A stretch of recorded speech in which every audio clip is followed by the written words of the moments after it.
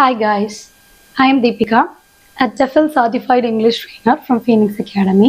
Today we are entering into the 10th day of a transformative spoken English course. We have successfully completed 9 days. இன்னைக்கு இந்த 10th டேல வந்து பாத்தீங்கன்னா I have come with a crucial English grammar lesson. என்ன lesson அப்படின்னு பாத்தீங்கன்னா subject verb agreement. Subject verb agreement அப்படின்னா நமக்கு அந்த நேம்லயே இருக்கு இல்லையா, நம்ம யூஸ் பண்ணக்கூடிய verb வந்து நம்ம யூஸ் பண்ற சப்ஜெக்ட் கூட அக்ரி ஆகணும். சப்ஜெக்ட்னா என்ன, வேர்ப்னா என்ன அப்படின்றது நம்ம எல்லாருக்குமே தெரியும். ஃபார் எக்ஸாம்பிள் நம்ம ஹீ அப்படின்னு யூஸ் பண்றீங்கன்னா அதுக்கான வேர்ப் வந்து ஈஸ் தான் யூஸ் பண்ணுவோம், ஆர் அப்படின்னு யூஸ் பண்ண மாட்டோம். அண்ட் எவ்ரிபடி நோஸ் நம்ம சப்ஜெக்ட் சிங்குலராக இருக்கிறதுனால வேர்ப் சிங்குலராக தான் இருக்கணும் இல்லையா. இதே மாதிரி தான் நம்ம வந்து பாஸ்ட் டென்ஸில் யூஸ் பண்ணும்போதும் வாஸ் தான் யூஸ் பண்ணுவோம். வேர் அப்படிங்கிறது ஹீங்கிற சப்ஜெக்ட்டுக்கு நம்ம யூஸ் பண்ண மாட்டோம். இந்த டாப்பிக்கை தான் நம்ம எப்படி சொல்கிறோம் அப்படின்னா சப்ஜெக்ட் வேர்ப் அக்ரிமெண்ட் அப்படின்னு இங்கிலீஷில் சொல்கிறோம். ஒரு கம்பேட்டிட்டிவ் எக்ஸாமுக்கு வந்து ப்ரிப்பேர் பண்ணுறீங்க அப்படின்னா கண்டிப்பாக சப்ஜெக்ட் வேர்ப் அக்ரிமெண்ட் அப்படிங்கிறது தெரிஞ்சிருக்கணும். இவ்வளோ சிம்பிளாக இருக்கிற டாபிக் ஏன் கேட்குறாங்க அப்படின்னு பார்த்தீங்கன்னா இதில் நிறையா வந்து பார்த்தீங்கன்னா நம்மளுக்கு ரூல்ஸ் இருக்குது அண்ட் எக்ஸப்ஷன்ஸும் நிறையா இருக்குது. But we are going to focus on 3 important rules today. அதில் ஃபர்ஸ்ட் ரூல் என்ன அப்படின்னு பார்த்தீங்கன்னா இது வந்து நம்ம முன்னாடி சொன்ன மாதிரி சிங்குலர் சப்ஜெக்ட்டுக்கு சிங்குலர் வேர்ப் யூஸ் பண்ணணும் அண்ட் ப்ளூரல் சப்ஜெக்ட்டுக்கு ப்ளூரல் வேர்ப் யூஸ் பண்ணணும்னு சொன்னோம் இல்லையா. இதுதான் வந்து ஃபர்ஸ்ட் ரூலாக நம்ம வந்து எடுத்துக்கிறோம். For instance he is playing, இப்போ ஹீக்கு ஈஸ் தான் யூஸ் பண்ணணும். They are cleaning the house, they are cleaning the house, அப்போ தே வர்றதுனால நம்ம ஆர் யூஸ் பண்ணியிருக்கோம். இந்த ஃபர்ஸ்ட் ரூலில் ட்ரிக்கியாக என்ன கேட்கலாம் அப்படின்னு பார்த்தீங்கன்னா நம்மளோட சப்ஜெக்ட் என்ன அப்படின்னு ஐடென்டிஃபை பண்ணுறதே சில நேரத்தில் டஃப்பாக இருக்கும். Let's see this example. A journey of 1000 miles starts with single step. இப்போ இதில் பார்த்தீங்கன்னா 1000 miles அப்படின்னு வந்திருக்கும். அதனால நம்ம இது ப்ளூரல் அப்படின்னு நினச்சிட்டு நம்ம ஸ்டார்ட் அப்படின்னு போடக்கூடாது. தேர்ட் பர்சன் சிங்குலர் வந்தால் நம்ம வேர்போட எஸ் சேர்த்து யூஸ் பண்ணுவோம். இப்போ இது சிங்குலர் சப்ஜெக்ட் தான், இங்கே நம்ம ஸ்டார்ட்ஸ் அப்படின்னா யூஸ் பண்ணியிருக்கோம். ஏன் அப்படின்னு பார்த்தீங்கன்னா 1000 miles அப்படிங்கிறது சப்ஜெக்ட் கிடையாது. அ ஜேர்னி அப்படின்னு கொடுத்துருக்கோம் இல்லையா, எ ஜேர்னி. அப்போ வந்து ஒரு ஜேர்னி தான் நம்ம போகிறோம், அந்த ஜேர்னியில் நம்ம 1000 miles போகிறோம் அப்படின்னு தான் மென்ஷன் பண்ணியிருக்காங்க. அப்போ நம்ம ஒரு சென்டென்ஸில் வந்து இப்போ கம்பேரிட்டிவ் எக்ஸாமுக்கு ப்ரிப்பேர் பண்ணுறீங்க அப்படின்னா அந்த சென்டென்ஸை நம்ம கரெக்டாக ரீட் பண்ணணும். சப்ஜெக்ட் என்ன அப்படிங்கிறத நம்ம கரெக்டாக ஐடென்டிஃபை பண்ணும்போது நம்ம வேர்ப் அதுக்கான வேர்ப் கரெக்டாக யூஸ் பண்ண முடியும். Now we are moving on to the second rule. Second rule வந்து ரொம்பவே இம்பார்ட்டண்டான ஒரு ரூல். எப்படின்னு பார்த்தீங்கன்னா இந்த இடத்துல வந்து நம்ம ஓவராலாக எல்லாத்தையும் மென்ஷன் பண்ணுற மாதிரி இருக்கும், ஆனால் நம்ம வேர்ப் பார்த்தீங்கன்னா சிங்குலராக தான் யூஸ் பண்ணுவோம்.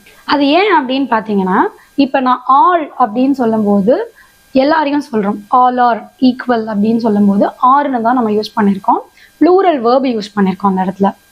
ஆல் ஆர் ஈக்குவல் ஏன்னா ப்ளூரல் எல்லாரும் அப்படின்னு சொல்றதுனால. இந்த இடத்துல இன்ஸ்டெட் ஆஃப் ஆல் நான் எவ்ரின்னு யூஸ் பண்றேன் அப்படின்னா every thing is, everybody is அப்படின்னு தான் நம்ம யூஸ் பண்ணணும். சிங்குலர் வேர்ப் மட்டும்தான் யூஸ் பண்ணணும். இந்த நட்ஷல் நீங்க எப்படி ஞாபகம் வச்சுக்கலாம்னா நான் இப்போ என்ன வேர்ட்ஸ்லாம் சொல்றேனோ இந்த வேர்ட்ஸ் எல்லாம் வரும்போது சிங்குலர் வேர்ப் தான் யூஸ் பண்ணணும் அப்படின்னு சொல்லி சிம்பிளா நம்ம வந்து ஞாபகம் வச்சுக்கலாம். The words are each, every. இந்த ஈச் அண்ட் எவ்ரி கூட சேர்ந்து வரும் இல்லையா, everybody, everyone, everything.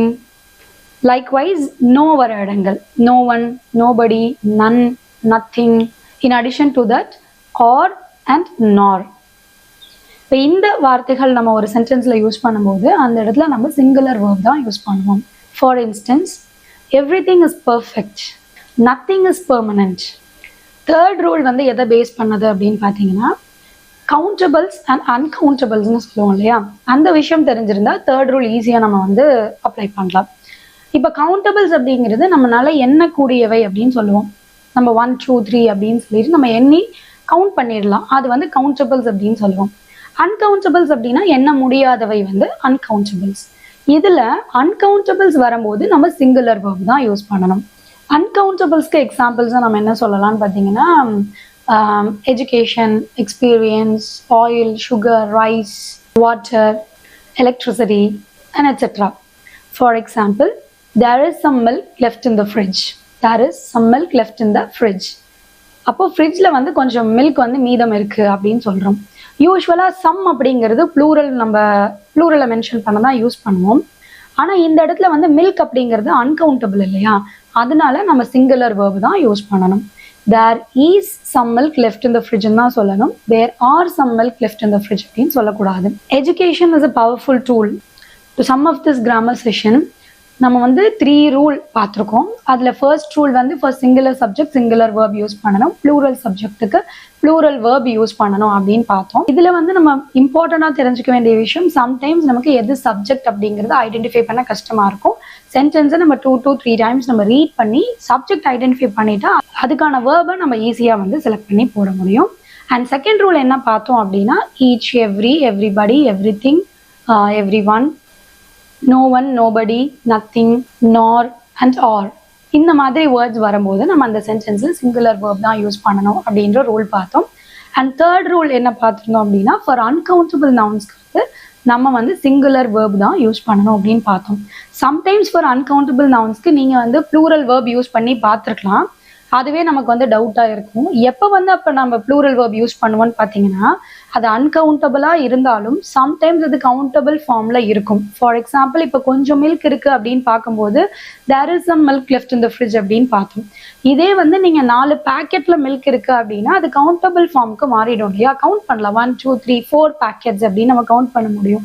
அந்த இடங்களில் நம்ம வந்து ப்ளூரல் வேர்ப்ஸும் யூஸ் பண்ணுவோம். பட் ஜெனரலாக பார்த்தீங்கன்னா அன்கவுண்டபிள்ஸ்க்கு சிங்குலர் வேர்ப் தான் யூஸ் பண்ணணும் அப்படின்றத நம்ம மைண்டில் வச்சுக்கணும். Now it's time for vocabulary. Vocabulary செஷனில் வந்து நம்ம இன்னைக்கு banana tree and banana ரிலேட்டடான vocabularies வந்து பார்க்கலாம். Can say plantain as well. இதை வந்து நம்ம plantain அப்படின்னும் சொல்லுவோம். Likewise for banana tree we can also say plantain tree அப்படின்னும் நம்ம வந்து சொல்லலாம். நம்ம மற்ற ட்ரீக்கு எப்படி சொல்கிறோமோ அதே மாதிரி தான் எல்லாமே சொல்லுவோம். பனானா லீஃப், நம்ம அந்த வாழை இலை அப்படின்னு சொல்கிறதுக்கு வந்து banana leaf, banana flower, banana stem. பொதுவாகவே வந்து பழங்கள் வந்து பார்த்தீங்கன்னா அது பச்சையாக இருக்குது அப்படின்னு சொல்கிறதுக்கு அன்ரைப் அப்படின்னு சொல்லுவோம். இன்றைக்கி நம்ம வந்து பனானா ரிலேட்டட் வெக்காபுலரிஸ் பார்க்குறதுனால நம்ம பனானா வச்சு சொல்லலாம். அந்த பழம் வந்து பச்சையாக இருக்குது அப்படின்னு சொல்கிறதுக்கு அன்ரைப் பனானா அப்படின்னு சொல்லணும். அண்ட் பழுத்துருச்சு அப்படின்னா ரைப் பனானா. இதே மாதிரி ரொம்ப ஓவராக பழுத்திருக்கும் இல்லையா, ரொம்ப கனிஞ்சிருச்சுன்னு சொல்லுவோம்ல, அந்த மாதிரி சொல்கிறதுக்கு வந்து ஓவர் ரைப் அப்படின்னு சொல்லணும். அதே வந்து அந்த பழங்கள் அழுகிருச்சு அப்படின்னு சொல்லும் போது இட்ஸ் ராட்டன் அப்படின்னு சொல்லுவோம். இது இல்லாமல் வந்து நம்ம வெயிலில் அதிகமாக பழங்கள்லாம் வச்சுருக்கும் போது அது ரொம்ப வாடிருச்சுன்னு சொல்லுவோம் இல்லையா, பழங்கள்லாம் சுருங்கிரும். வெயிலில் சுருங்கிறதுக்கு வந்து இங்கிலீஷில் வந்து ஷ்ரிவல் அப்படின்னு சொல்லுவோம். இதுவும் வந்து பழம், காய்கறி எதுக்கு வேணாலும் நம்ம யூஸ் பண்ணலாம். அண்ட் பழங்களுடைய தோல், இப்போ நம்மளோட தோல் அப்படின்னு சொல்கிறதுக்கு நம்ம வந்து ஸ்கின் அப்படின்னு யூஸ் பண்ணுறோம்.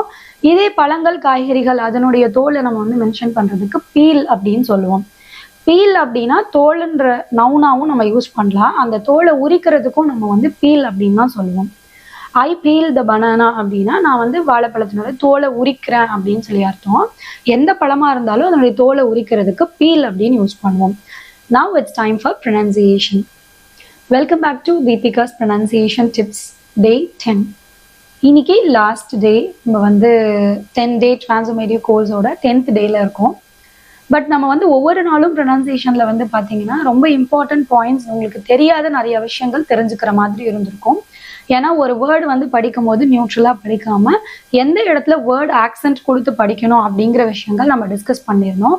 அதெல்லாம் நீங்கள் பார்க்காம இருக்கீங்க அப்படின்னா டிஸ்கிரிப்ஷனில் அதுக்கான லிங்க் நான் கொடுக்குறேன். ஃப்ரம் டே 1லேருந்தே எல்லா ப்ரொனன்சியேஷனும் லைனாக பாருங்கள். டெஃபினட்டாக வந்து ப்ரொனன்சியேஷன் இம்ப்ரூவ் பண்ணணும் அப்படின்னு நினைக்கிறவங்களுக்கு இந்த செஷன் ரொம்பவே யூஸ்ஃபுல்லாக இருக்கும். இன்னைக்கு வந்து நம்ம கான்சென்ட்ரேட் பண்ணுறது எந்த மாதிரியான வேர்ட்ஸ் அப்படின்னு பார்த்தீங்கன்னா, சில வேர்ட்ஸில் முடியும் போது நமக்கு ITY அப்படின்னு முடியும் இல்லையா. ஃபார் இன்ஸ்டன்ஸ் கெப்பாசிட்டி அப்படின்னு சொல்கிறோன்னா அதில் லாஸ்ட்டாக முடியும் போது ITY அப்படிங்கிற சஃபிக்ஸோட முடியும். இந்த மாதிரியான வேர்டுக்கு வந்து வேர்ட் ஆக்சென்ட் எங்கே நம்ம யூஸ் பண்ணணும் அப்படிங்கிறதா இன்னைக்கு லெசனில் பார்க்க போகிறோம். Without any further delay let's jump into it. இப்போ நான் சொல்கிற வேர்ட்ஸ் எல்லாம் ஃபர்ஸ்ட் வந்து பாருங்கள். Capacity, enmity, opportunity, rationality and ability. இப்போ இதில் எல்லாமே பாருங்கள் ITY அப்படின்னு தான் நமக்கு வந்து முடிஞ்சிருக்கும் அந்த வேர்டு. இந்த வேர்ட்ஸ்க்கான வேர்ட் ஆக்சென்ட் எங்கே வரும் அப்படின்னு பார்த்தீங்கன்னா ஆன்டி பெனல்டிமேட் சிலபலில் வரும். முன்னாடி நம்மளோட லெசன்ஸ் வந்து பார்த்தவங்களுக்கு தெரியும், அல்டிமேட் சிலபல் அப்படிங்கிறது வந்து லாஸ்ட் சிலபல் அப்படின்னு சொல்லுவோம். ஒரு வேர்டு இருக்குன்னா அதை வந்து நம்ம சிலபல் பிரிக்க தெரியணும். ஃபார் எக்ஸாம்பிள் இப்போ கெப்பாசிட்டி அப்படின்னு எடுத்துட்டிங்கன்னா இதில் வந்து 4 சிலபல்ஸ் இருக்குது. நம்ம சொன்ன மாதிரி வேர்ட் ஆக்சென்ட் இதுக்கு எங்கே வரும் அப்படின்னா ஆன்டி பெனால்டிமேட் சிலபல். அப்படின்னா என்ன அப்படின்னு ஃபர்ஸ்ட் பார்ப்போம். அல்டிமேட் சிலபல் அப்படின்னா கடைசியாக இருக்கக்கூடிய சிலபல். பெனால்டிமேட் சிலபல் அப்படின்னா அதுக்கு ஒரு சிலபல் முன்னாடி இருக்கிறது பெனால்டிமேட் சிலபல். ஆன்டி பெனால்டிமேட் சிலபல் அப்படிங்கிறது அதுக்கும் ஒரு சிலபல் முன்னாடி, அதாவது ஃப்ரம் த லாஸ்ட்ல இருந்து பார்த்தீங்கன்னா தேர்ட் சிலபலாக வரது தான் ஆன்டி பெனால்டிமேட் சிலபல் அப்படின்னு சொல்லுவோம். ஆன்டின்றதுல நம்ம கன்ஃபியூஸ் ஆகக்கூடாது. ANTIங்கிறது வேற ஆன்டி வரும். ANTE அப்படிங்கிறதா இப்போ நம்ம மென்ஷன் பண்ணுறோம். ANTI அப்படின்னா வந்து ஆப்போசிட்னு அர்த்தம். ஃபார் இன்ஸ்டன்ஸ் நம்ம கிளாக் வைஸ் அப்படின்னு சொல்கிறோன்னா ஆன்டி கிளாக் வைஸ் அப்படின்றது அதுக்கான ரிவர்ஸை மென்ஷன் பண்ணுற மாதிரி இருக்கும். பட் ANTE அப்படின்னா என்ன அர்த்தம்னா பிஃபோர் அப்படின்னு அர்த்தம்.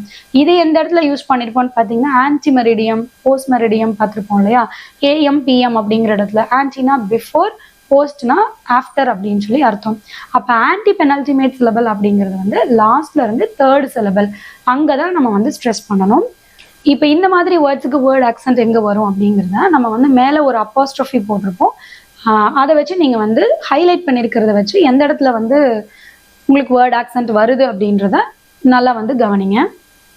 கெப்பாசிட்டி, PAக்கு முன்னாடி இந்த இடத்துல நமக்கு வந்து வேர்ட் ஆக்சென்ட் வந்திருக்கு. கெப்பாசிட்டி வேர்ட் ஆக்சென்ட்னா ஒன்றும் இல்லை, அந்த இடத்துல நம்ம வந்து ஸ்ட்ரெஸ் கொடுத்து படிக்கணும். Capacity. Enormity, opportunity, opportunity, rationality, rationality, ability, ability. Bக்கு முன்னாடி நமக்கு வேர்ட் ஆக்சென்ட் வருது, ability. இப்போ இந்த விஷயங்கள் வந்து நம்ம எல்லாமே வந்து பைஹார்ட் பண்ண முடியாது. ITYனா பெனால்டிமேட் அப்படின்னு நம்ம பேசும்போது யோசிச்சு பேசுறது ரொம்ப கஷ்டம். அதுக்கு நம்ம என்ன பண்ணணும் அப்படின்னா நிறைய ரீடிங் ப்ராக்டிஸ் பண்ணணும். இப்போ ஒரு ஸ்டோரி எடுக்கிறீங்க, இல்லை ஒரு ஆர்டிக்கல் நீங்கள் வந்து நியூஸ் பேப்பர்லேருந்து எடுக்கிறீங்கன்னா அப்போ ஃபர்ஸ்ட் இனிஷியலாக ரொம்ப கான்ஷியஸாக இதுக்கு எந்த இடத்துல வேர்ட் ஆக்சென்ட் வரும்ன்றத மைண்டில் வச்சுட்டு ரீட் பண்ணி பழகணும். அண்ட் ஆட்டோமேட்டிக்காக நீங்கள் வந்து ரீட் பண்ண அந்த விஷயம் வந்து நமக்கு நேச்சுரலாக வர ஆரம்பிச்சிடும். அண்ட் ரிப்பீட்டடாக இந்த வேர்ட்ஸை வந்து நம்ம சொல்லி பார்க்கணும். இப்போ கெப்பாசிட்டி, ஆப்பர்ச்சுனிட்டி இப்படின்னு சொல்லிட்டு நம்ம ஒரு 5 வேர்ட்ஸ் மட்டும் தான் இன்னைக்கு கொடுத்துருக்கேன். இதே மாதிரி ITYல வரக்கூடிய வேர்ட்ஸ் என்னெல்லாம் உங்களுக்கு தெரியும் அப்படின்றத எனக்கு வந்து காமெண்ட்ல லீவ் பண்ணுங்க. அண்ட் அது ஒரு கலெக்ஷனாக எடுத்து வச்சுட்டு நீங்கள் ரிப்பீட்டடாக ரீட் பண்ணும்போது அந்த வேர்ட் ஆக்சென்ட் கரெக்டாக உங்களுக்கு வர ஆரம்பிச்சிடும். Now we have come to the end of this session. இன்னைக்கு ப்ரொனன்சியேஷன் செஷனில் நம்ம என்ன பார்த்துருக்கோம்னா ITYல முடியக்கூடிய வேர்ட்ஸ்க்கான வேர்ட் ஆக்சென்ட் எங்கே வரும் அப்படின்னு பார்த்துருந்தோம். சீரியஸ்லி வந்து நீங்கள் ப்ரொனன்சியேஷன் இம்ப்ரூவ் பண்ணணும் அப்படின்னு நினைக்கிறீங்கன்னா நம்மளோட இந்த 10 டேஸ்லேயே வந்து லைனாக வந்து ஃபர்ஸ்ட் டேலேருந்து 10th டே வரைக்கும் பார்த்தவங்களுக்கு கண்டிப்பாக வந்து ப்ரொனன்சியேஷன் பற்றின ஒரு ஐடியா வந்து கிடச்சிருக்கும். அண்ட் இதை வந்து கோர்ஸாக எடுத்து பண்ணணும் அப்படிங்கிறவங்களுக்கு நமக்கு ப்ரீ ரெக்கார்டட் வீடியோ கோர்சஸ் நமக்கு அவைலபிளாக இருக்குது. ஸோ அந்த கோர்சஸ் வந்து நீங்கள் எடுத்துக்கணும் அப்படின்னு நினச்சிங்கன்னா ஸ்க்ரீனில் தெரியிற நம்பருக்கு வந்து காண்டாக்ட் பண்ணுங்கள். இப்போ யாரெல்லாம் வந்து இங்கிலீஷ் வந்து ஃப்ரீயாகவே, அதுவும் ரொம்ப ஒரு யூனிஃபைடு மெத்தடில், யூனிஃபைடுனா எப்படின்னா நம்ம வந்து கிராமர் மட்டும் பார்க்கல, கிராமர், வெக்காபுலரி அண்ட் ப்ரொனன்சியேஷன் சொல்லிட்டு 3மே ஒன்றா பார்க்குறோம் இல்லையா. இந்த மாதிரி யூனிஃபைடாக நம்ம வந்து ஒரு விஷயம் கற்றுக்கும் போது 10 டேஸ்லேயே எந்த அளவுக்கு நம்மளோட இங்கிலீஷ் வந்து டிரான்ஸ்ஃபார்ம் ஆயிருக்கு அப்படிங்கிறத நீங்கள் வந்து ஃபீல் பண்ண முடியும். ஸோ யாரெல்லாம் வந்து ஃப்ரீயாக நம்ம வந்து ஒரு 10 டேல நம்மளோட இங்கிலீஷ் இம்ப்ரூவ் பண்ணணும்னு நினைக்கிறீங்களோ அவங்க எல்லாருமே Day 1லேருந்து Day 10 வரைக்கும் இருக்க வீடியோஸை மறக்காமல் பாருங்கள். எல்லா வீடியோஸோட லிங்க்குமே வந்து உங்களுக்கு டிஸ்கிரிப்ஷனில் அவைலபிளாக இருக்கும். That's it with our lesson today. If you're a new viewer, don't forget to subscribe to my channel and hit the bell icon as well so that you don't miss any of my new updates. See you next time. Bye-bye.